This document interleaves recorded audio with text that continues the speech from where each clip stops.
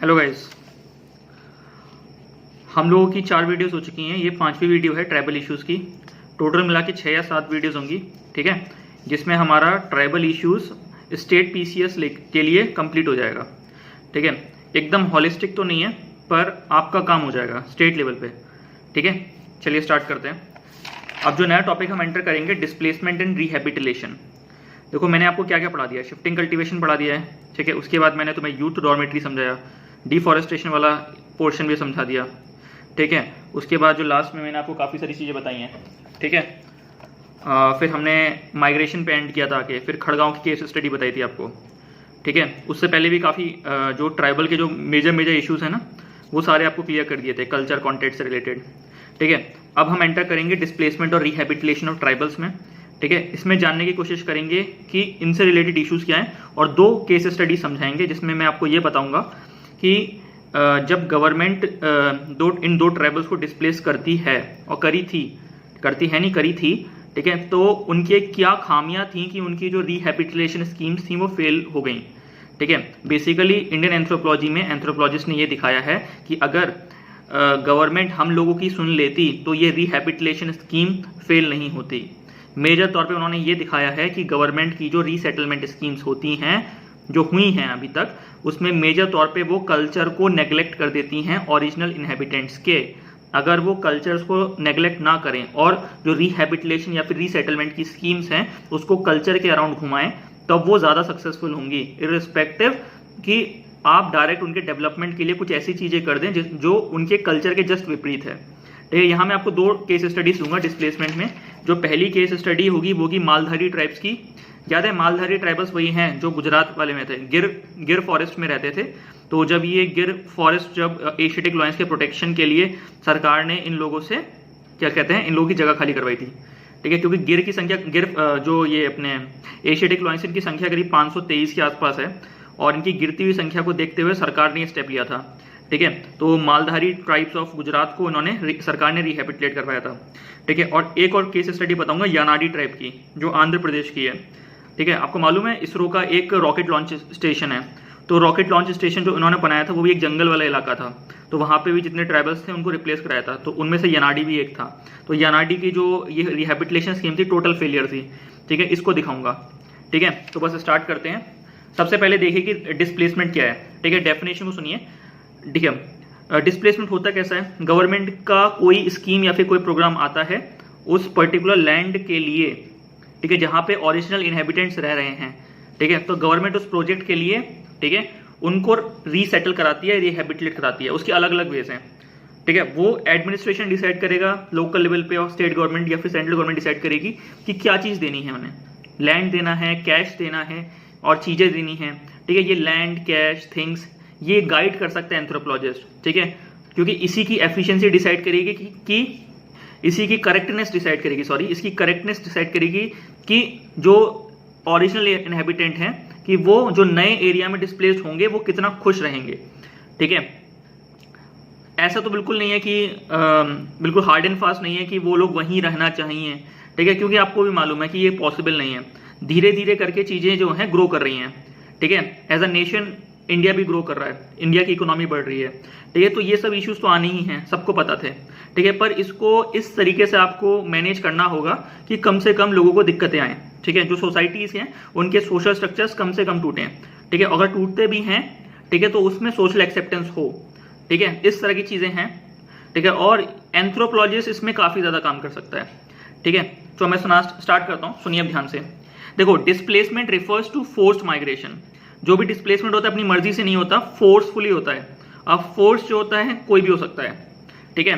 State authority भी हो सकती है, नॉन स्टेट एक्टर्स भी हो सकते हैं, ठीक है। समझ में आया? जो रोहिंग्या क्राइसिस है वो भी क्या कहते हैं, डिस्प्लेसमेंट ही है एक तरीके का, समझ में आ रहा है। और भी काफी तरीके, रिलीजियस परसिक्यूशन से भी जो लोग भागते हैं उधर, वो भी डिस्प्लेसमेंट है। अपनी ओरिजिनल जगह को छोड़ देना ही डिस्प्लेसमेंट है। बात समझ में आ रही है? रीजन कुछ भी हो, ठीक है। बात समझ में आ रही है? अगर आप अपनी इच्छा से छोड़ रहे हैं तो वो तो माइग्रेशन है, ठीक है। अगर आपको फोर्सफुली छोड़ने के लिए मजबूर किया जा रहा है तो वो डिस्प्लेसमेंट है। इतना समझ में आया? अब सुनो, displacement refers to forced migration, development project such as installation of industries, ठीक है। अगर आपने कोई इंडस्ट्री लगा दी किसी पर्टिकुलर एरिया में, थर्मल पावर प्लांट लगा दिया, हाइड्रो इलेक्ट्रिक पावर प्लांट लगाया, ठीक है, तो इन सारे प्रोजेक्ट से ट्राइबल्स डिस्प्लेस्ड होते हैं अपने घरों से, अपनी विलेज सेटिंग से, अपने बनाए हुए कल्चरल हाउस से वो ट्राइबल्स डिस्प्लेस होते हैं। इतना समझ में आया, ठीक है। तो कोई भी एक सरकारी प्रोजेक्ट, ठीक है, जब प्लान होता है, ठीक है, या फिर जब उसको बनाने के प्रोसेस में गवर्नमेंट मशीनरी या फिर नॉन स्टेट मशीनरीज आती हैं, ठीक है, कोई भी इन्वेस्टमेंट के प्रोसेस को पूरा करने के लिए, जब कोई जमीन को कैप्चर करने के लिए अथॉरिटीज आती हैं, तब ये ट्राइबल्स डिस्प्लेस किए जाते हैं, ठीक है। बात समझ में आ रही है? और इसमें काफी चीजें इन्वॉल्व होती हैं, ठीक है, ठीक है। और this the process is done totally by law, ठीक है। ये डिस्प्लेसमेंट का प्रोसेस है ना, काफी लॉज हैं, ठीक है, उसके बेसिस पे किया जाता है, ठीक है। वो मैं समझाऊंगा कैसे हैं, ठीक है। इतना समझिए कि व्हाट इज डिस्प्लेसमेंट, समझ में आया?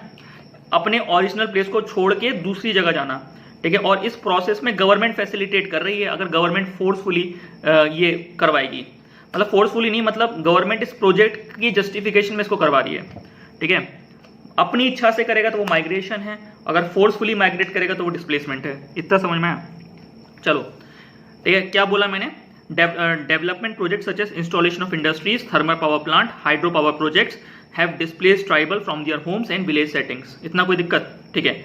Displacement causes disruption in all sphere of life. अब ट्राइबल की जिंदगी में डिस्प्लेसमेंट से काफी, ट्राइबल की जिंदगी हर डायमेंशन में डिस्टर्ब होती है, उसके सोशल स्ट्रक्चर को डिस्प्लेसमेंट से फर्क पड़ता है, हर्ट हुआ ना, आपको इतना बता रहा हूं तब से, ठीक है। सोशल स्ट्रक्चर उसको को हर्ट होता है, सोशल स्ट्रक्चर डिस्ट्रॉय होता है, सोशल स्ट्रक्चर डिसइंटीग्रेट होता है, ठीक है। अब समय के साथ ही अगर ये सोशल स्ट्रक्चर डिग्रेड करेगा तो सोसाइटी की एग्जिस्टेंस खतरे में आ जाएगी ना, network of social relations weak करेंगे, लोग माइग्रेट करना स्टार्ट कर देंगे। Basic question, before man will come for survival, तो मैन जो है खाने के लिए, पीने के लिए इधर उधर भागेगा, ठीक है। बात समझ में आ रही है? ये कैसे होता है मैं पहले भी बताया हूं। जैसे सपोज करो ये ओरिजिनल प्लेस है और ये माइग्रेटेड प्लेस है, अब सरकार ने क्या किया, सरकार ने इनको रिहेबिलिटेट करा के यहाँ लाया, यहाँ पे सरकार का प्रोजेक्ट चलेगा। जब ये लोग यहाँ पे आए, ठीक है, तो ये अपने कल्चर से अलूफ हो चुके हैं, अब तो कल्चर से अलूफ हो चुके हैं, तो जो कल्चर इन लोगों को जोड़ के रखा हुआ था वो अब डिग्रेड होना स्टार्ट करेगा, ठीक है। और चूंकि यहाँ पे जो होगा, यहाँ पे कल्चर कॉन्टेक्ट ज्यादा होगा, ऑब्वियसली सरकार ऐसी जगह रिहेबिलिटेट कराएगी। अब जब सरकार रिहेबिलिटेट कराएगी तो आइसोलेशनिस्ट तो पॉलिसीज को तो लेके नहीं आ पाएगी, ठीक है। तो कल्चर कॉन्टेक्ट तो होगा किसी ना किसी तरह से। जब कल्चर कॉन्टेक्ट आएगा और चूंकि इनका कल्चर खत्म हो रहा है या फिर कल्चर से अलूफ हो चुके हैं ये, तो इनके अंदर वो मार्केट इकोनॉमी, मार्केट मनी की वैल्यू बढ़ेगी, मटेरियलिज्म की वैल्यू बढ़ेगी, फोर्सेस ऑफ चेंज एंटर करेंगे, डिफ्यूजनिस्ट फोर्सेस एंटर करेंगे, फिर मटेरियलिज्म की वैल्यू आएगी, तो फिर उसको फिलफिल करने के लिए ये लोग और माइग्रेट करेंगे, और उस चक्कर में इनका सोशल स्ट्रक्चर, जो existing social structure after migration, वो और वीक होगा। और समय के साथ ये माइग्रेशन, आउट माइग्रेशन बढ़ेगा। आउट माइग्रेशन और किन किन रीजन से बढ़ेगा? क्योंकि जब ये माइग्रेटेड सोसाइटी में आएंगे, माइग्रेट होके, ठीक है, तब ये बहुत सारे चीजों में फंसेंगे। गरीबी एक नंबर 1 है, उसके बाद इंडेप्टेडनेस है, ठीक है, उसके बाद हेल्थ क्राइसिस है, ठीक है, और जो शहरों में जो आने वाले काफी जो दिक्कतें हैं उसमें ये फेस करेंगे, जिसमें मनी सुप्रीम होता है, तो इंडेप्टेडनेस, पॉवर्टी, इलिटरेसी सब में फंसते जाएंगे, ठीक है। तो अपनी जिंदगी बचाने के लिए और माइग्रेट करेंगे, ठीक है, किसी ना किसी तरीके से पैसे कमाया जाए, ठीक है, अपनी नीड्स को पूरा करा जाए, उस वे में इनका सोशल स्ट्रक्चर और डिस्ट्रॉय होता चला जाएगा। तो आपने डिस्प्लेस कराया, उसके बाद आप भूल गए, ठीक है। आप अगर डिस्प्लेस कराने में इनके कल्चर का ख्याल रख लें तो आफ्टर डिस्प्लेसमेंट जो इश्यूज आने हैं इस सोसाइटीज के लिए वो कम होंगे ना। इतना क्लियर हुआ? अब पढ़ता हूं मैं, अब ध्यान से सुनना, ठीक है। एट सोशल लेवल, हर एक लेवल सुना रहा हूं, tribal have to leave their homes, tribal को अपने घर छोड़ने पड़ेंगे, किन और किस जो किन रिलेशन है वो छूटेंगी, वो भी वीक पड़ेंगी, and become unwelcome refugee at a different place. ये उसका ओरिजिनल होम, ये माइग्रेटेड प्लेस, जब ये यहाँ से यहाँ पहुंचेगा तो ये रिफ्यूजी है ना इस जगह के लिए, ठीक है। अब जो और लोग वहां रह रहे होंगे उनको एक्सेप्ट भी तो करना पड़ेगा, ये बाहरी है।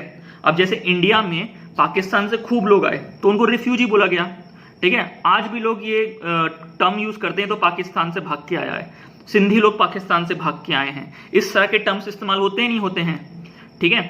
तो यही चीज है, क्लियर हुआ? तो ये रिफ्यूजी का टैग उनके साथ जुड़ जाता है, ठीक है। At social level tribal have to leave their homes, किन और कित रिलेशंस जो हैं वो वीक होती हैं, and they become unwelcome refugees at a different place.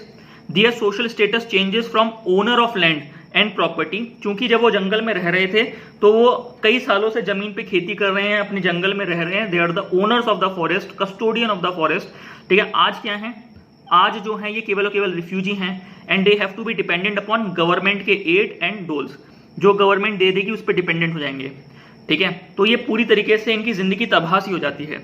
Social level पे समझ में आया, ठीक है। सबसे पहले मैंने क्या बोला कि जब सोशल लेवल पे सोशल स्ट्रक्चर वीक होगा, इतना रखना, किन रिलेशंस वीक हो रही हैं, घर छूट रहा है अपना, ओनरशिप राइट्स खत्म हो रहे हैं, जो पहले इनका ओनर था, ओनरशिप थी वो खत्म हो रही है, क्योंकि उन्होंने अपना कल्चर बना लिया था ना। अब तो आप बोलोगे कि भाई नई जगह पे सरकार उन्हें नई ओनरशिप देगी, पर जो नई ओनरशिप उन्हें मिलेगी, ठीक है, तो वो उनके कल्चर के अकॉर्डिंग नहीं है ना। बात समझ में आ रही है? जो उन्होंने अपनी कल्चर के ओरिएंटेड अपनी प्रॉपर्टीज बनाई हैं। देखो ट्राइबल्स के लिए प्रॉपर्टी मनी माइंडेडनेस से मत देखो, ट्राइबल के लिए प्रॉपर्टी उसका कल्चर है, जो कल्चर से उसकी प्रॉपर्टी इंटीग्रेट होती है, उसका घर बनाना, उसके घर में पत्थर लगना, हर एक चीज का एक रेलिवेंस है उसके कल्चर के जरिए, ठीक है। उसके माइंड में जो 90% स्पिरिचुअल कल्चर्स हैं उनका रिलेशन होता है, ठीक है। अब आप उनसे वो एकदम छीन लेते हो, और जो आप नई प्रॉपर्टी प्रोवाइड कर रहे हो उनको, वो उनके कल्चर के अकॉर्डिंग नहीं होती है, ठीक है। बात समझ में आ रही है? अब मैं आपको केस स्टडीज में क्लियर करूंगा, ठीक है। तो उनका जो सोशल स्टेटस है वो एकदम रिफ्यूजी की तरह आ जाता है, तो वो मॉरली वीक पड़ जाते हैं और पूरी तरीके से सरकार पर डिपेंड हो जाते हैं। और मेजर प्रॉब्लम इनके साथ ये होती है, ये कैश मैनेज नहीं कर सकते हैं। तो मनी जब ये एंटर करते हैं, मनी वाली जो सोसाइटीज होती है ना, जहाँ पे मनी सुप्रीम होता है, ठीक है, जब ये इस मोनेटाइज इकोनॉमी में जब ये एंटर करते हैं, तब इनमें कैश मैनेजमेंट की दिक्कत है, कैश मैनेजमेंट की दिक्कत है, तो ये जो है और तरीके की दिक्कतों में फंस जाते हैं, ठीक है। बात समझ में आ रही है? क्लियर हुआ? जिसमें इनडेप्टेडनेस एक बड़ा इशू है। अब कल्चरल लेवल पे, तो कल्चरल लेवल पे तो कल्चरल क्राइसिस हो रहा है, सारा कल्चर ही तुमने मिटा दिया उनका, ठीक है।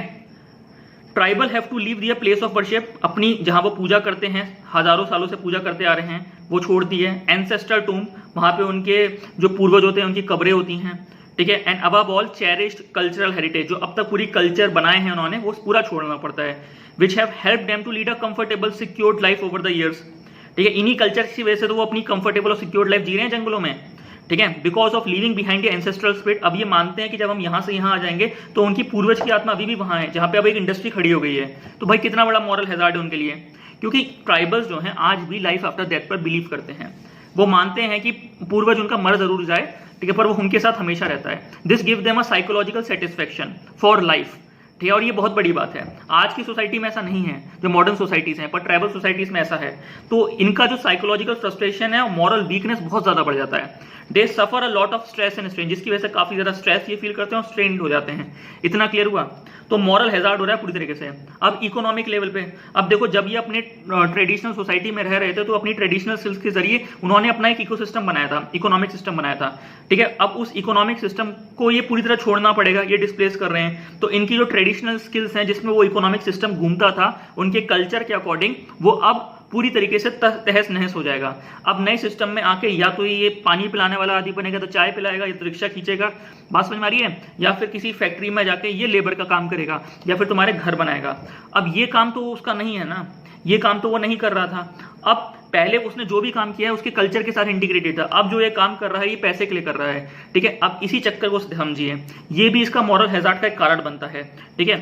काफी डिप्रेशन में जाता है बंदा, वो सोचता है, वो कोशिश जरूर करता है। अब ट्राइबल को आप देखिएगा, वो कुछ भी काम करे अपने कल्चर के साथ रेफरेंस लेकर एसोसिएट करने की कोशिश करता है, पर they find very hard to associate themselves with culture, ठीक है। क्योंकि यहाँ पे सोसाइटी इतनी मोनेटाइज्ड है, इतनी इंडिविजुअलिस्टिक फीलिंग है कि जो कल्चर्स हैं वो उनके बनाए हुए मीनिंगलेस हो जाते हैं वहाँ पे, ठीक है। अब ये कैसे होता है, ये काफी मतलब सोचने वाली बात है, ठीक है। ये धीरे धीरे करके डेवलप करेंगे हम आप में, ठीक है।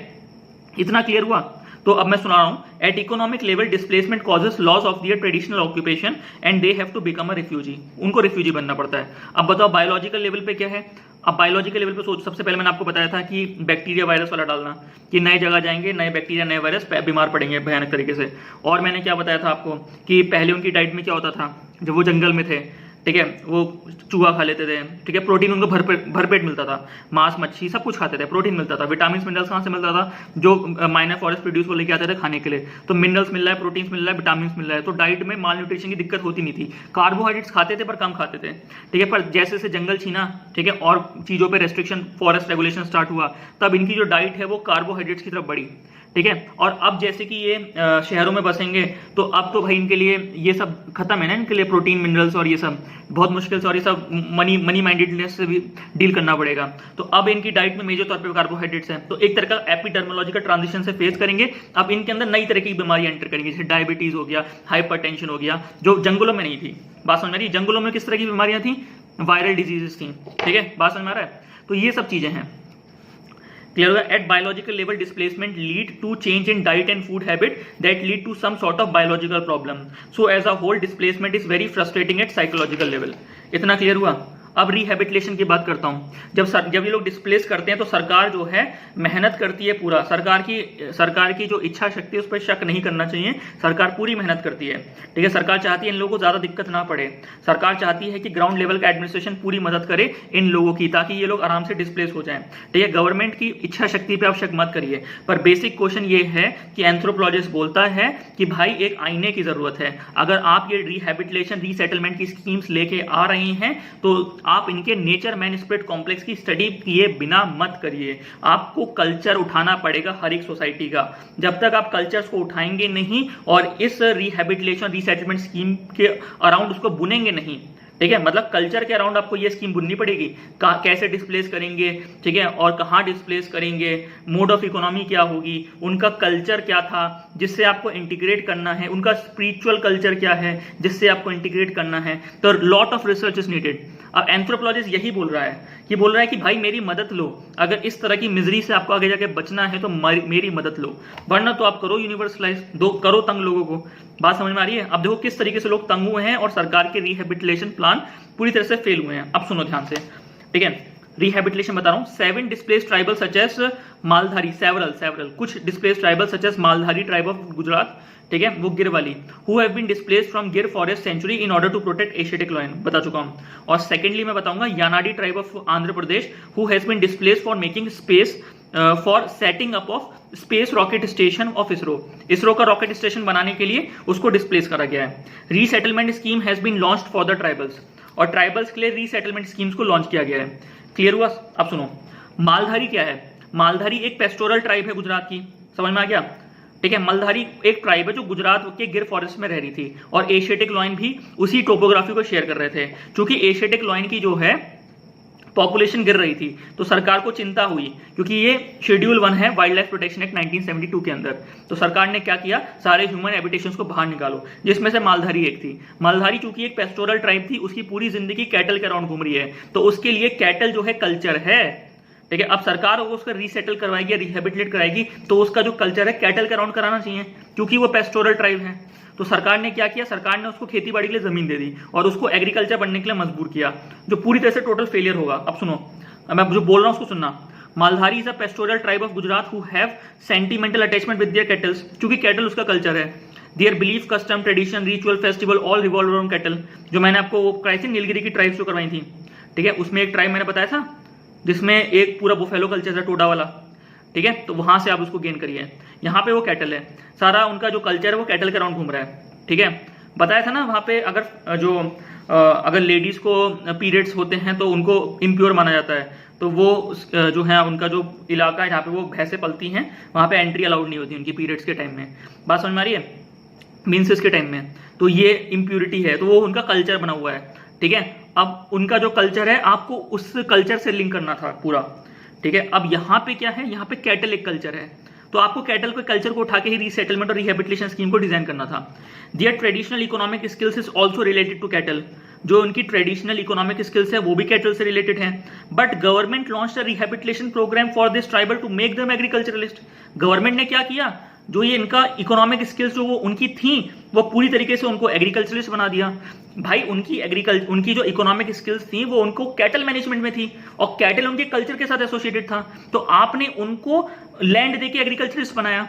ठीक है, ये तो टोटल फेलियर है ना, क्योंकि वो उसमें मोटिवेटेड ही नहीं होगा एग्रीकल्चर करने के लिए, because it was never been a part of their culture. ठीक है, आप उसी चीज को याद करो, मैंने एक ट्राइब के बारे में बताया था, वो ट्राइब ये समझती थी कि अगर मैं हल चलाऊंगा जमीन पे, इसका ये मतलब होगा कि मैं अपनी मदर अर्थ के सीने पर हल चला रहा हूं। ठीक है, to run a plough means to tear apart the breast of my mother, ये उस ट्राइब का कल्चर था। एक ट्राइब है, बताया था मैंने आपको। ठीक है। तो अगर उस ट्राइब से अगर आप एग्रीकल्चर कराओगे तो वो क्या करेगा, तो रीसेटलमेंट और रिहैबिलिटेशन में कल्चर को पढ़ना बहुत जरूरी है। अगर आपको स्कीम डिजाइन करनी है तो कल्चर को पढ़िए और नेचर मैन स्पिरिट कॉम्प्लेक्स का डिजाइन बना के आप रीसेटलमेंट स्कीम को डिजाइन कीजिए, वरना ये जो स्कीम्स हैं जो बनाते हैं आप, ये फेल होती चली जाएंगी, ये सारे प्लान्स फेल होते चले जाएंगे। इतना समझ में आ रहा है? तो ठीक है, तो आप सुनिए ध्यान से। Their traditional economic skills is also related to cattle but government launched a rehabilitation program for this tribals to make them agriculturalist. क्या मतलब भाई, तुम उनको एग्रीकल्चरलिस्ट बना दो, ठीक है। ये तो फोर्स्ड हो गया ना, आपने एक प्रोसेस को, इकोनॉमिक प्रोसेस को फोर्स कर रहे हैं। They were provided agricultural land, पूरे अपने एग्रीकल्चरल लैंड दिए, and other facilities for rehabilitation but they lack agricultural skills. उनके अंदर एग्रीकल्चरल स्किल्स नहीं थी क्योंकि उनके कल्चर में ही नहीं था एग्रीकल्चर, ठीक है। And they lost interest in becoming agriculturalist, और वो एग्रीकल्चरिस्ट बनने में उनका इंटरेस्ट चला गया, ठीक है। फर्क तो तब पड़ता ना अगर आप इनको डेयरी मैनेजमेंट में डालते, फर्क तो तब पड़ता ना जब आप इनकी इकोनॉमी को मिल्क इंडस्ट्री से जोड़ते। यही काम करना चाहता है एंथ्रोपोलॉजिस्ट, पेपर 2 यही बोलता है, इसको समझो, ठीक है। अब यही आंसर में डालना पड़ेगा आपको, ठीक है। They fail to utilise the land, actually resettlement scheme for making agriculturalists for the pastoral Maldharis was a totally disconnect from their previous life in which cattle occupy the central place। अगर आपको मालधारी के लिए resettlement scheme बनानी होगी तो cattle को बीच में रखना पड़ेगा, आपको उनको नंबर ऑफ कैटल्स बढ़ाओ उनकी, ठीक है, और इस तरह का डिजाइन बनाओ कि वो मिल्क इंडस्ट्री के साथ कनेक्ट हो जाए, ठीक है, और किसी वे में कनेक्ट हो जाए, ठीक है। यही चीज थी, इसको समझना था। आपने उनको खेतों के लिए जमीन दे दी, ठीक है, they were least motivated to do agriculture, तो भाई कैसे उनकी जो डिस्प्लेसमेंट वाले आपके रिहैबिलिटेशन और रीसेटलमेंट की स्कीम्स सक्सेसफुल हो जाएंगी ग्राउंड पे, समझ में आ रहा है? तो यही चीज थी। But in the resettlement scheme there was no provision for grassland and other needs of the cattle. ना तो ग्रासलैंड दिया, ना तो कैटल के लिए घास चढ़ने की जगह दी, ना तो कॉमन प्रॉपर्टी रिसोर्स दिया, ठीक है, बस सीधे सीधे उनको एग्रीकल्चरिस्ट बना दिया, ठीक है। ये गड़बड़ हो गई। The main focus on resettlement scheme was material improvement of the human being, completely ignoring the cattle। देखो अभी भी बोलूंगा, सरकार की मंशा गलत नहीं होती कभी भी। अगर सरकार रीसेटल कर रही है, रिहैबिलिटेट कर रही है तो कुछ सोच के कर रही है। सरकार क्या चाह रही है कि उनका मेटीरियल इंप्रूवमेंट हो ह्यूमन बींग्स का, ठीक है, जो इस कल्चर में एसोसिएटेड लोग हैं उनका मेटीरियल इंप्रूवमेंट हो। पर जो कल्चर है उसको तो पढ़ लो भाई, ठीक है। आपको ये तो कनेक्ट करना पड़ेगा कि उसके लिए कल्चर की क्या इंपॉर्टेंस है, उसका वैल्यू सिस्टम ही उसका कल्चर बना रहा है, तो तुम उसके वैल्यू सिस्टम के साथ खिलवाड़ नहीं कर रहे हो क्या? बात समझ में आ रही है? वो कैसे छोड़ देगा, ठीक है। These are the peoples with strong value systems, क्योंकि they have very strong process of socialisation, क्योंकि उनका जो वैल्यू सिस्टम है पूरी तरीके से कल्चर ओरिएंटेड है, और कल्चर से ही उनकी सोसाइटी अलग होती है, कल्चर से ही उनकी सोसाइटी बनती है, ठीक है। जो सोसाइटीज आप अलग देखते हैं ना, ये सोसाइटी अलग, ये सोसाइटी अलग, ये सोसाइटी अलग, ये उनका कल्चर उनको अलग करता है, और इनका कल्चर ही इनके सोशल स्ट्रक्चर को इंटैक्ट रखता है, और इनका कल्चर ही इनका वैल्यू सिस्टम बनाता है।